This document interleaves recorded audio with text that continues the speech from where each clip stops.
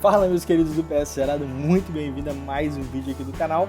Meu nome é Romulo Oliveira e hoje a gente vai falar sobre uma atualização que aconteceu já tem um tempinho sobre doença sexualmente transmissível. O mais interessante é que o Ministério da Saúde não recomenda mais a gente chamar de DST. Você sabe como que agora o Ministério da Saúde chama essas doenças sexualmente transmissíveis? Se você não sabe, continua com a gente e já faz o seguinte: dá um like no canal, se inscreve e se liga na vinheta.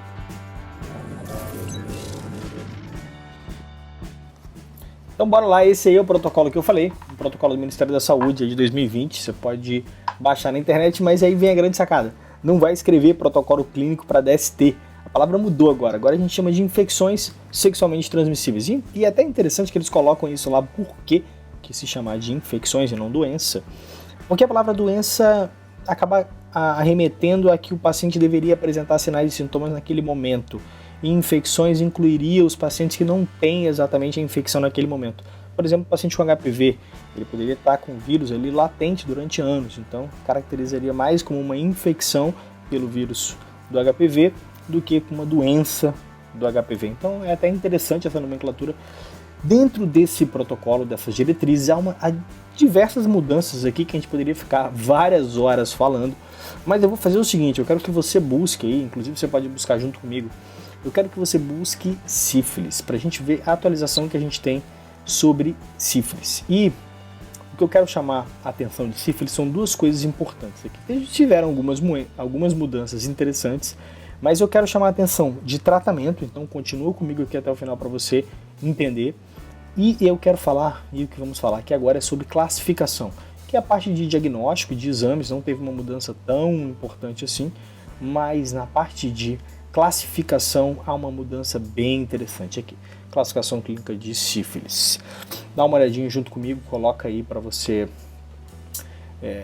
poder acompanhar. O que teve de mudança aqui quando a gente está falando de classificação clínica da sífilis? A verdade é que antigamente a gente está muito acostumado a chamar sífilis de sífilis primária, secundária e sífilis terciária. E a partir daí definir os tratamentos, né? A gente tinha aqueles tratamentos clássicos de 1.2, 2.4 e por aí vai, milhões de unidades.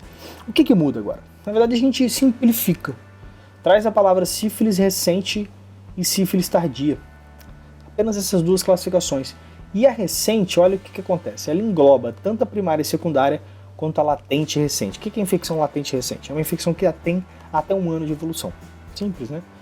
E aí a tardia, olha o que acontece. Ele vai pegar, obviamente, todas as outras. Então, a terciária, que já era quem já estava esperando, né? Primária e secundária na sífilis recente, terciária na tardia e as outras latentes. Como assim outras latentes? A latente tardia, e que é mais de 1 ano de evolução, ou as latentes que eu não sei o tempo, e obviamente vai dar mais de 1 ano, né? Ou se o paciente não sabe dizer, por exemplo, eu não consigo ter estrutura imunológica de anamnese ou de quadro basal do paciente para me definir quando que ele teve esse processo infeccioso.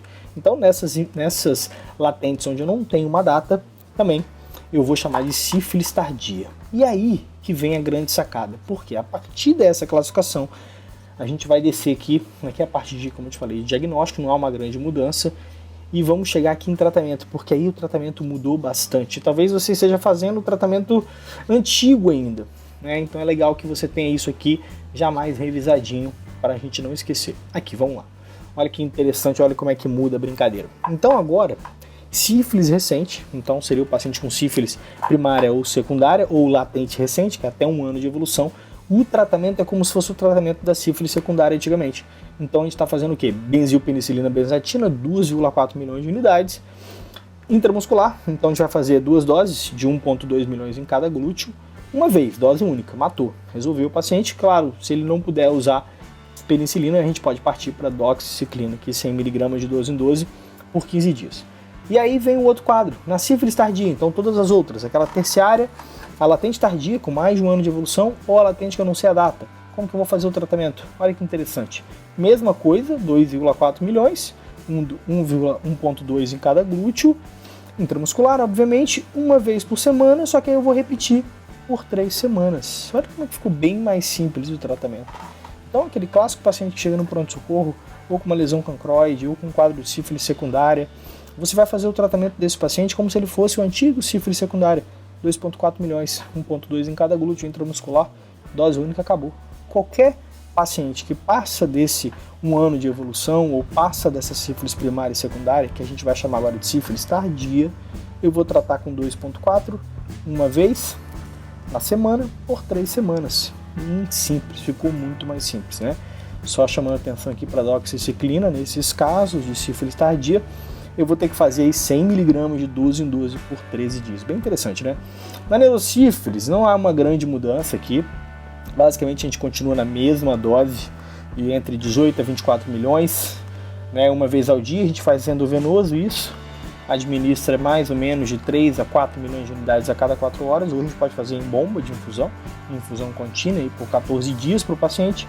Caso que ele não possa receber, a segunda escolha seria o Cefin 2 gramas uma vez ao dia por 10 a 14 dias. Interessante, né? Uma mudança pequena no tratamento, uma mudança que pode fazer diferença para você que está trabalhando, para você que tem esse tipo de paciente regularmente dentro do seu ambulatório, dentro do seu consultório ou dentro aí de um pronto-socorro. É muito legal você saber, porque aquela dose da sífilis primária que a gente fazia de 1,2 milhões acabou caindo e agora a gente vai ter que fazer para todo mundo 2,4 milhões, beleza? Se você curtiu esse comentário, se você curtiu essa atualização, curtiu essa revisar uma dessas novidades que acontece, a medicina é sempre assim, a gente tem que estar sempre estudando para a gente sempre conseguir acompanhar.